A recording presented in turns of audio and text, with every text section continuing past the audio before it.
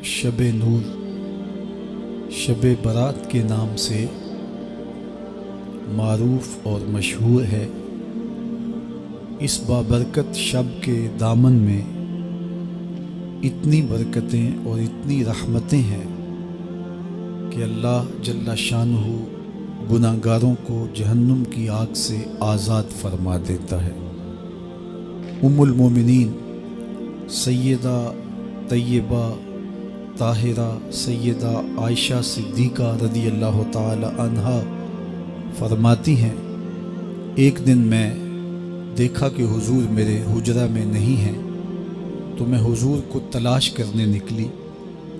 جنت البقیع میں آسمان کی طرف سر اٹھائے حضور اللہ سے التجائیں کر رہے تھے۔ مجھے دیکھا تو ارشاد فرمایا، عائشہ کیا تم نے یہ سمجھا کہ اللہ کا رسول تم سے زیادتی کرے گا؟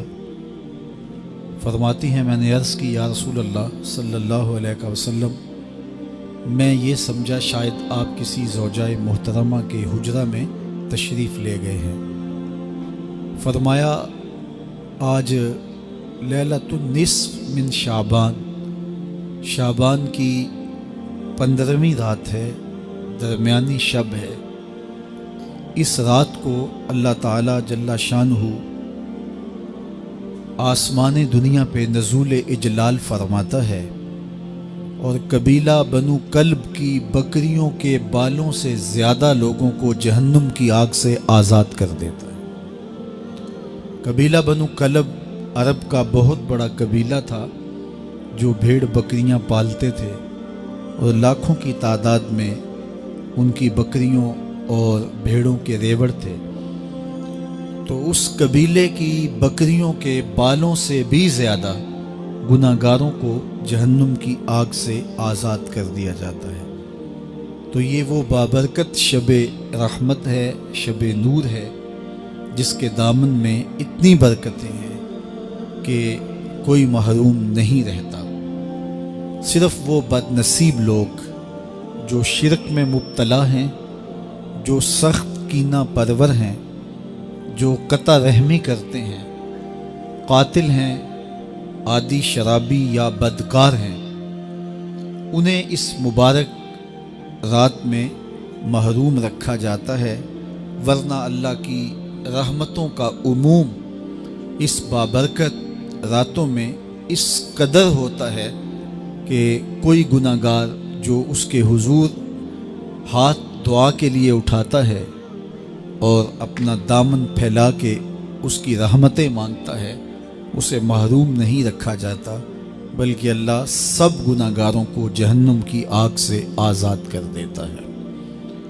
ایک روایت میں آتا ہے کہ اللہ لیلۃ النصف من شعبان کی 15ویں رات کو آسمان دنیا پہ اپنی رحمتوں سے جلوہ گر ہوتا ہے اور فرماتا ہے کوئی رزق مانگنے والا، میں اس کی جھولیاں بھر دوں، ہے کوئی مغفرت طلب کرنے والا، میں اس کے گناہ معاف کر دوں، ہے کوئی مجھ سے عافیت مانگنے والا، میں اس کو عافیتوں سے نواز دوں، ہے کوئی فلاں چیز مانگنے والا، ہے کوئی فلاں چیز مانگنے والا۔ اس کی رحمتیں آواز دیتی ہیں اور یہ آواز غروب آفتاب سے لے کر کے طلوع فجر تک مسلسل بندوں کو دی جاتی ہے، اور بندے اس کے حضور اگر دست طلب دراز کریں، اپنی جھولی پھیلائیں، تو اللہ تعالیٰ ان کو ان کے مانگنے سے بھی زیادہ عطا فرماتا ہے۔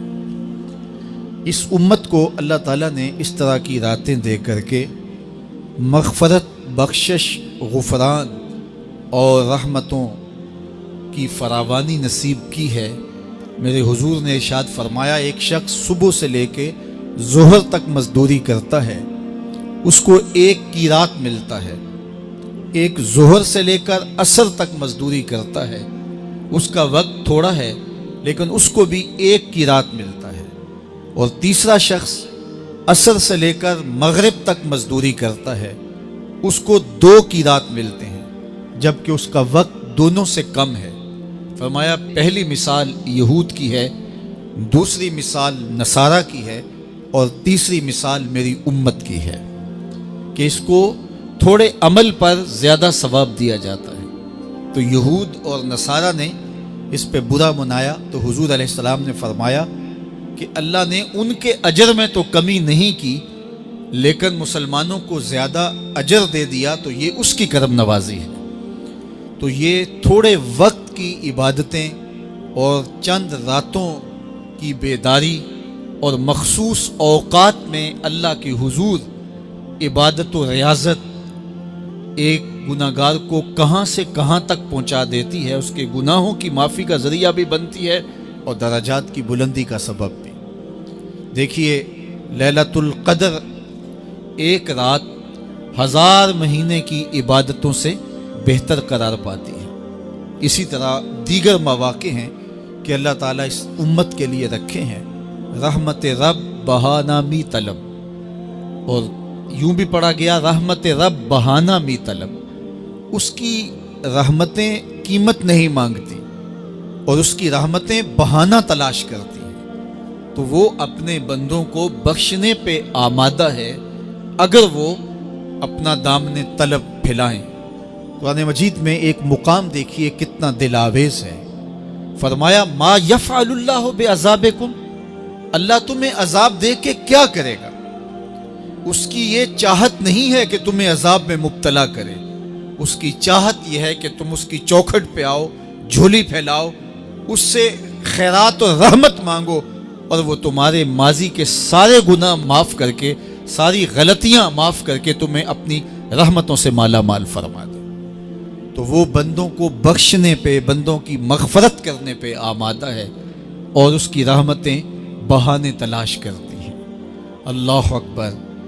اور دوسری جانب اس کے بندے، اس کے مملوک، اس کی مخلوق، اور مخلوق کی گناہگار اور نیکوکار اس کی رحمتوں کے طالب ہوتے ہیں، بلکہ وہ گناہ کرنے کے بعد جب معافی مانگتے ہیں تو اللہ کو یہ معافی بہت پسند ہے۔ معافی مانگنا، اس کے حضور اپنے دامن کو پھیلانا، وہ اس کو بہت زیادہ محبوب ہے۔ انسان کی فطرت کے اندر گناہ رکھا گیا ہے، آگ، ہوا، مٹی، پانی، یہ ان 4 چیزوں کا مرکب ہے۔ اس کے جو عناصر ہیں اس میں کبھی اعتدال قائم نہیں رہتا اور اس سے گناہ سرزد ہو جاتے ہیں۔ گناہ کرنے کے بعد بندے کا اس گناہ پہ اصرار کرنا، اڑ جانا، ضد کرنا، توبہ نہ کرنا، اللہ کو یہ پسند نہیں۔ لیکن اگر اس سے گناہ سرزد ہو جائے تو پھر وہ توبہ کر لے تو اللہ کو یہ بہت زیادہ پسند ہے۔ جو اس سے ہو سکے نیکی وہ اللہ کے حضور پیش کرے، لیکن اس کے اندر جو شر رکھی گئی ہے، اس کے اندر جو قوتیں گناہ کی رکھی گئی ہیں، اس سے اگر اس سے گناہ سرزد ہو جائے تو پھر وہ اللہ سے توبہ کرے، اللہ کی طرف رجوع کرے، تو اللہ اس کی توبہ کو نہ صرف قبول کرتا ہے بلکہ اس کے گناہوں کو معاف کرتا ہے اور گناہوں کو بدل کے نیکیوں میں تبدیل کر دیتا ہے۔ جب گناہ نیکیوں میں تبدیل ہو گئے تو جتنا بڑا گناہ گار تھا اتنا بڑا نیکوکار ہو گیا۔ حضرت سیدنا عمر رضی اللہ تعالیٰ عنہ بازار میں جا رہے تھے تو ایک شرابی نے ہاتھ میں بوتل پکڑی تھی شراب کی، تو حضرت عمر ہاتھ میں درہ رکھتے تھے اور آپ کا جاہ و جلال دیدنیت ہوتا، تو جو ہی حضرت عمر رضی اللہ تعالیٰ عنہ کو اس نے دیکھا تو ڈر گیا اور دل ہی دل میں کہا، اے اللہ آج عمر کے قہر سے بچا لے، میں تیری بارگاہ میں سچی توبہ کرتا ہوں، اور جلدی سے شراب کو بغل میں چھپا لیا۔ اتنے میں حضرت عمر سر پہ پہنچ گئے اور گرج کر کڑک کے کہا کہ یہ تیری بغل میں کیا ہے؟